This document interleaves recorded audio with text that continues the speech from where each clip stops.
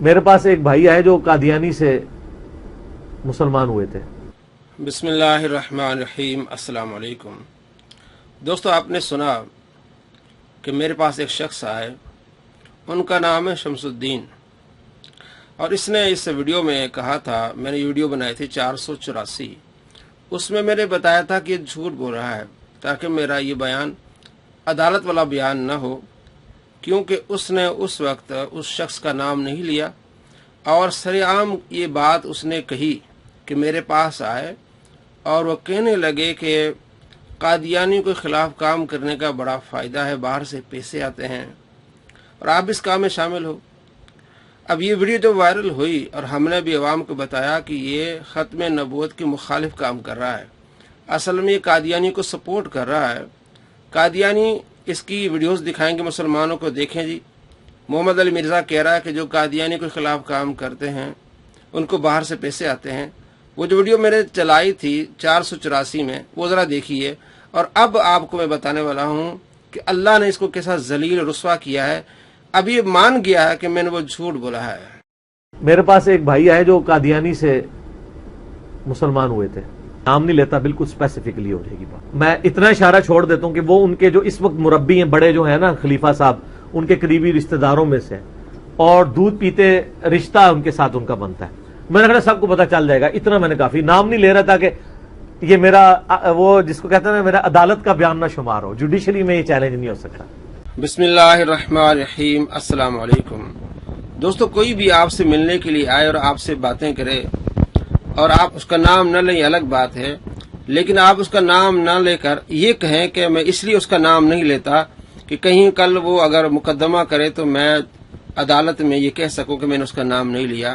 اس کا مطلب یہ کہ دال میں کالا ہے، آپ جھوٹ بولنے جا رہے ہیں، کل وہ اگر آپ کو عدالت میں لائے تو آپ یہ کہیں کہ میں نے نام نہیں لیا تھا۔ جھوٹ بول رہا ہے یہ شخص، جو شخص اس کے پاس آیا اس کے بارے میں جھوٹ بول رہا ہے۔ وہ جھوٹ کیا ہے؟ آپ حیران ہوں گے کہ یہ قادیانی کو کس طرح سپورٹ کر رہا ہے۔ اس جھوٹ میں اس نے قادیانیوں کے لیے ایک بہت بڑی راہ کھولی ہے۔ اور پھر مجھے وہ کہنے لگے آپ کو پتہ نہیں ہے کہ قادیانیوں کے خلاف مہم چلانے کے اوپر پیسہ کتنا ہے۔ پھر اس نے مجھے کئی مولویوں کا بتایا کہ اس سال اس نے کتنے ملینز روپیز باہر سے منگوائے ہیں کہ ہم قادیانیت کے خلاف جہاد کر رہے ہیں۔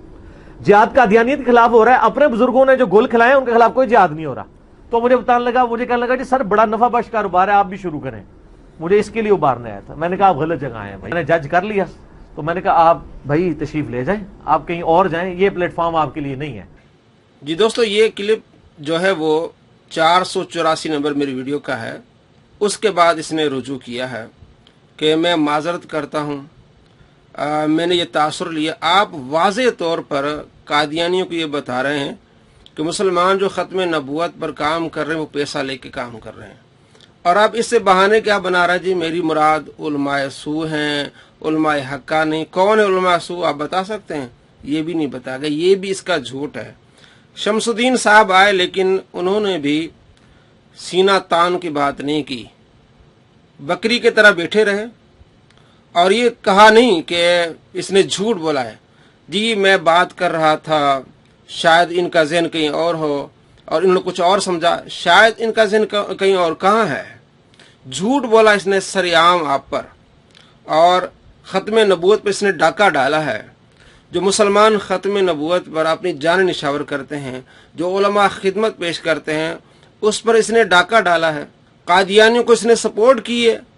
آپ بکری کی طرح بیٹھ گئے اور ہاں جی بڑا مخلص آدمی یہ ہے وہ ہے۔ آپ دیکھ رہے ہیں میرے ساتھ شمس الدین بھائی لاہور سے تشریف لائے ہوئے ہیں۔ چند میں نے دبے الفاظ کے اندر ان کا نام لیے بغیر ذکر کیا تھا، تو اس میں نے یہی بات کی تھی کہ ان کی باتوں سے میں نے یہ تاثر لیا کہ چونکہ انہوں نے وہ بات کی تھی کہ فلاں فلاں بھی یہ کر رہے ہیں، حالانکہ ان کی نیت نہیں تھی، اور میں یہ سمجھتا ہوں کہ مجھے اسی وقت یہ کلیریفائی کرنا چاہیے تھا بجائے بدگمانی کرنے کے، لیکن میں نے آپ یہ کہہ لیں جلد بازی سے کام لیا، اور یا میں نے سمجھا اس طرح، اور صرف میں نے نہیں سمجھا، عثمان بھائی نے۔ کیوں جی عثمان بھائی؟ میں جناب آپ سب لوگوں کی موجودگی میں، جہاں جتنے بھی 100 کے قریب لوگ بیٹھے ہیں، پلس ویڈیوز میں تو ہزاروں لاکھوں لوگوں تک پہنچے گا، میں پرسنلی یعنی شمس الدین بھائی سے معذرت کرتا ہوں کہ میں نے ان کی باتوں سے جو تاثر لیا وہ ان کی کلیریفیکیشن کے بعد تو اب اس کی کوئی گنجائش نہیں رہتی ہے، تو میں اپنے اس معاملے میں رجوع کرتا ہوں. سب سے پہلے تو میں علی بھائی کا شکر گزار ہوں کہ انہوں نے جب یہ معاملے کی نوعیت دیکھی تو خود مجھے فون کیا رات کو، پھر 10-15 منٹ ان سے میری بات ہوئی. تو علی بھائی نے سب سے پہلے یہ بات کہی کہ میں اگر یہ تاثر آپ جو مجھے دے رہے ہیں، آپ مجھے کہہ رہے ہیں میں قرآن پکڑ کے آپ کے سامنے حلفاً یہ کہہ دوں گا کہ میں اس نیت سے آپ کی طرف آیا نہیں. تو ماشاءاللہ بڑی اچھی گفتگو رہی. پھر نماز ہم نے اکٹھی پڑھی، پھر میں نکل گیا کیونکہ وہاں میرا رات کو پروگرام تھا، تو میں پھر اسلام آباد چلا گیا.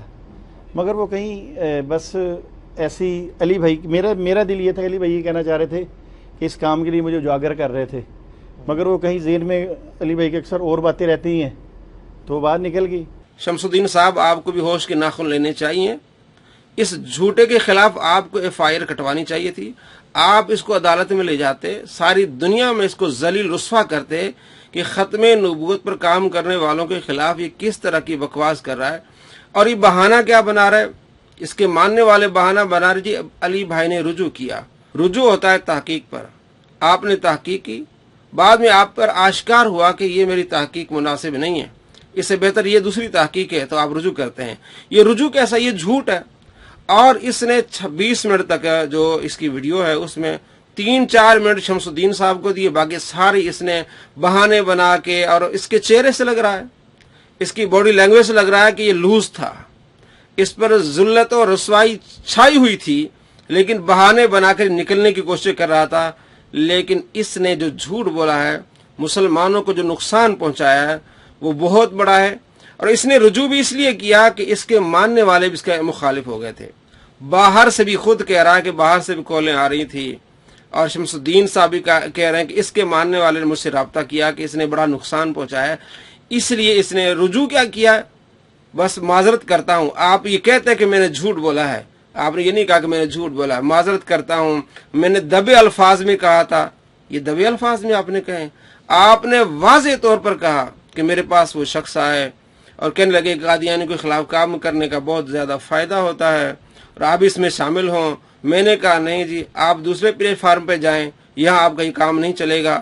تو یہ دبے الفاظ میں ہے.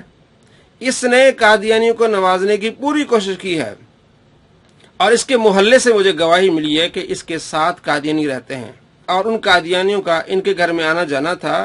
اس کی رگوں میں قادیانیوں کا خون ہے.